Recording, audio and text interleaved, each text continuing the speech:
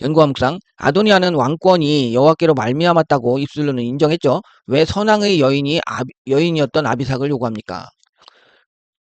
아도니아가 자라는 동안에는 아버지 다윗을 철저히 잘 속였어요. 그래서 아버지께 인정받는 아들로는 성공했어요. 그리고 그는 스스로 왕이 되려 했다는 성경의 표현처럼 하나님의 존재도 하나님의 뜻도 인정하지 않는 사람이었다는 거죠.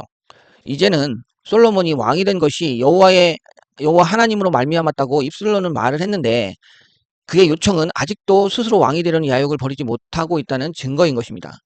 아버지 다윗도 속였고 솔로몬의 모친 밧세바도 속이는 데는 성공했어요. 그런데 과연 하나님도 속일 수 있겠습니까? 얄팍한 술수가 하나님의 계획을 바꿀 수 없다는 사실을 깨달았어야 했죠. 그걸 깨닫지 못함으로 인하여 그는 죽임을 당하게 된 것입니다. 안녕하세요. 오집사입니다. 날마다 솟는 샘물 8월 11일자 화요일 큐티 시작하겠습니다. 내용 본문은 열왕기 상 2장 10절부터 18절까지고요. 제목은 화평을 가장한 시험에 흔들리지 말라. 저는 제목을 이렇게 달았습니다. 하나님께 얄팍한 술수는 안 통한다. 내용 관찰. 다윗이 죽은 후 솔로몬이 왕위에 앉자 그의 나라는 어떻게 됩니까? 12절. 다윗의 왕위에 앉으니 그의 나라가 심히 견고하니. 자,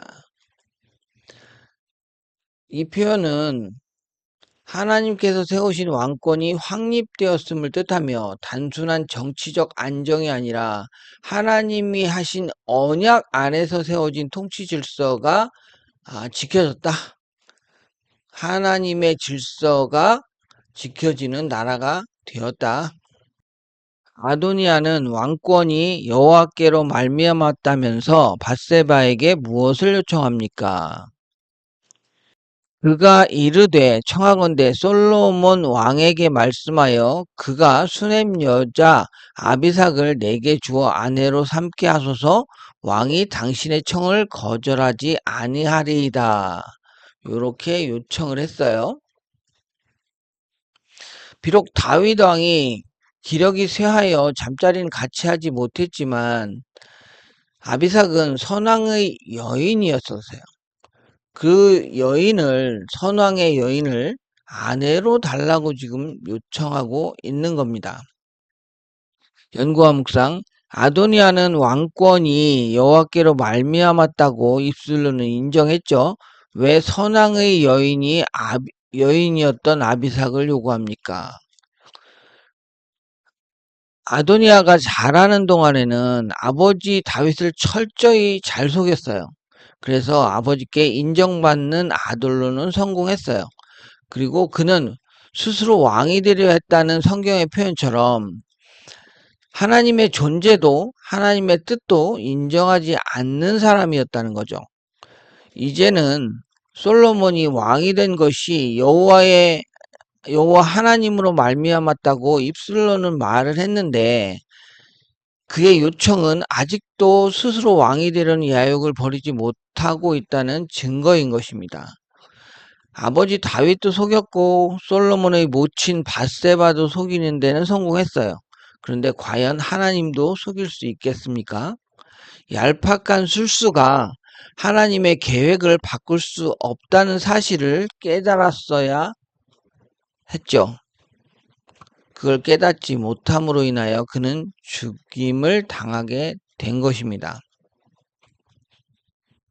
느낀 점. 화평을 가장한 채 겉과 속이 다른 아도니아의 모습을 보며 무엇을 느낍니까? 하나님을 대적하는 사탄의 모습은 언제나 동일합니다. 거짓된 화평의 이름으로 다가오는 악한 계교를 분별할 줄 아는 지혜가 필요하다. 고린도후서 11장 14, 15절 한번 읽어보겠습니다.